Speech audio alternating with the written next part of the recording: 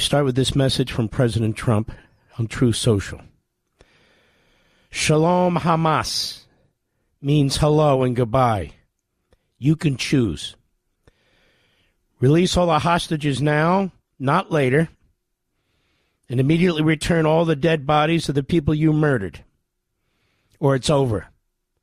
It's over for you. Only sick and twisted people keep bodies, and you are sick and twisted. I am sending Israel everything it needs to finish the job. Not a single Hamas member will be safe if you don't do as I say. I've just met with your former hostages, whose lives you have destroyed. This is your last warning for the leadership, also for the people of Gaza.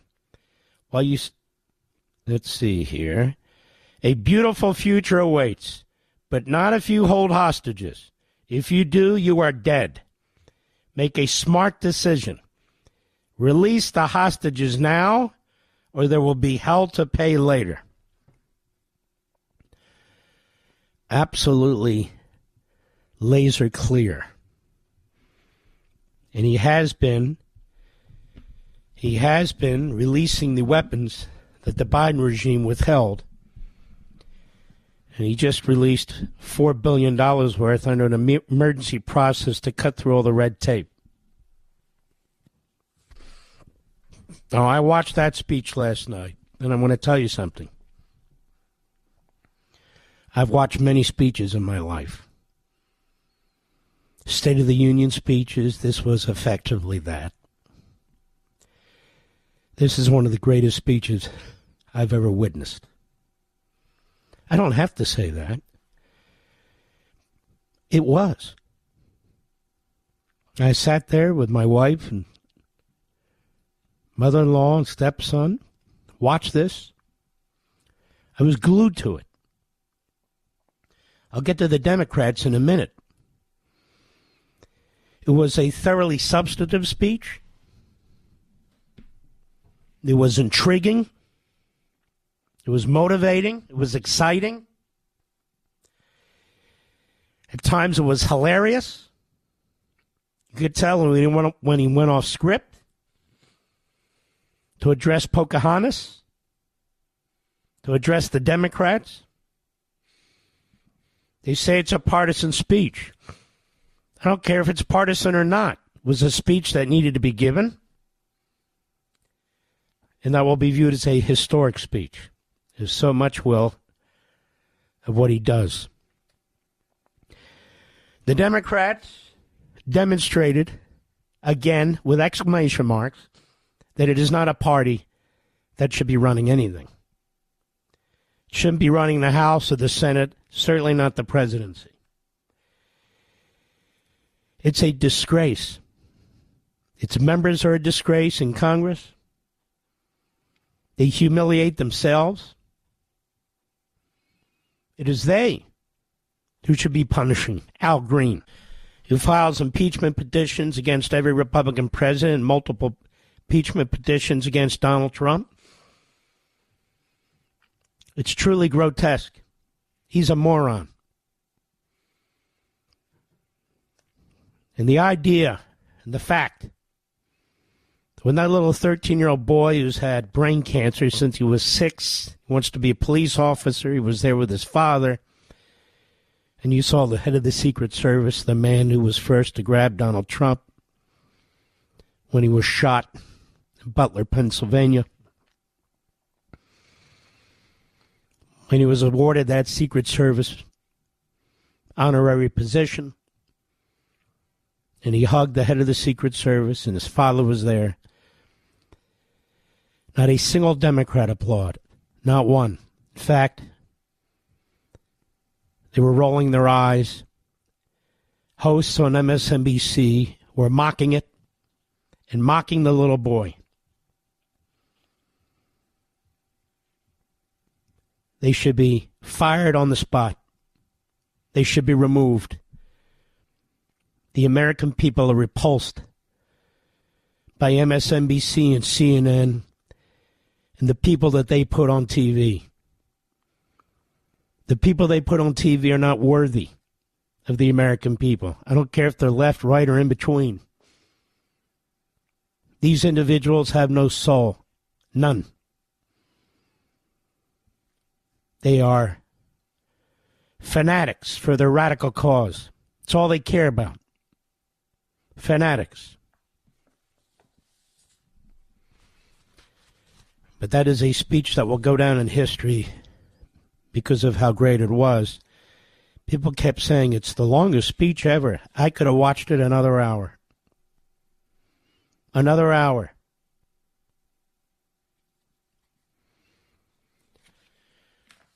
But most of you did watch it or listen to it on radio, so I'm not going to go through it over and over and over again. I've got some clips I will play from it because I think there's certain things that I want to emphasize. But we'll do that in a little bit. I'm going to talk about the Supreme Court of the United States today. I want to read to you what the majority of the court, 5 justices, decided to do, led by the Chief Justice, who signed the majority. It's not even an opinion, the majority order, with his lapdog, Justice Barrett, trailing behind. And my wife first pointed this out to me. If you could see Justice Barrett's face when Donald Trump was shaking the hands of the various justices, you could see what contempt she has for Donald Trump, the man who elevated her to the Supreme Court. She's a sellout. She's a sellout. Her principles are not firm. Her skin is thin. She's become part of the Washington, D.C. social scene. I've seen it before, saw it way back with Harry Blackmun, Anthony Kennedy, Sandra Day O'Connor. But Barrett's worse. She shifted, and she shifted quickly.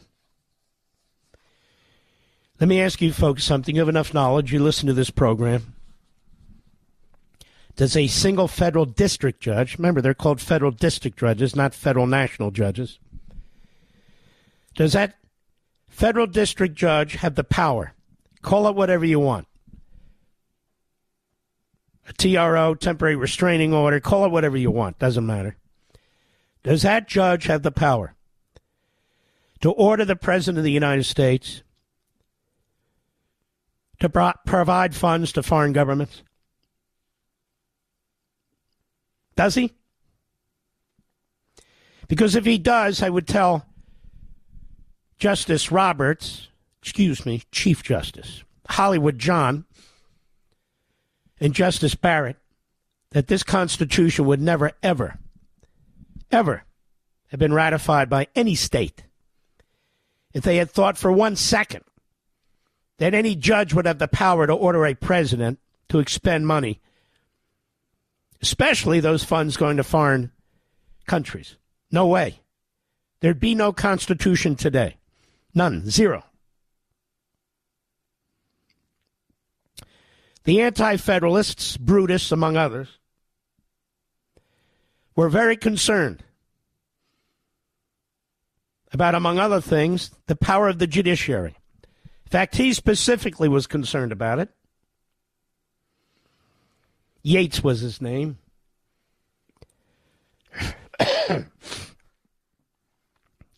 He said, what are we creating here in this Supreme Court, this judiciary? Hamilton said it's the weakest branch. He said, no, it's the most dangerous branch. We're not defining it. We're not checking it. We're not balancing it. These are lifetime appointments. The Anti-Federalists. Now, ironically, the Anti-Federalists were actually the Federalists who believed in more state authority and less centralized authority. The Federalists were the Anti-Federalists. Not to confuse. So let me read to you the entirety of what the court majority said. The entirety. Ready for this? On an issue of such significance, and by the way, as a result of what the majority did here, there's going to be more litigation.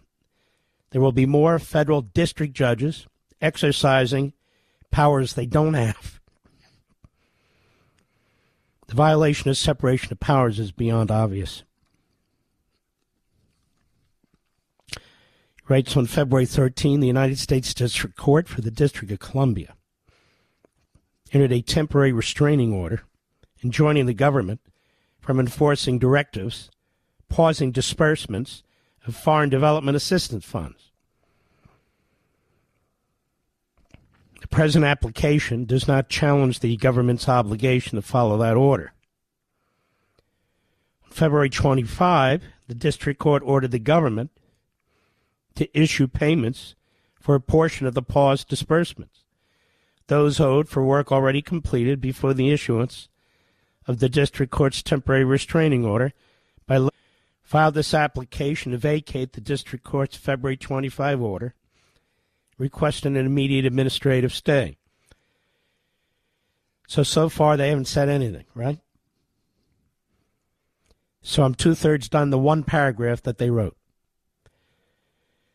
The Chief Justice entered an administrative stay shortly before the 11:59 p.m. deadline and subsequently referred the application to the court. Now here's the decision. Ready? The application is denied.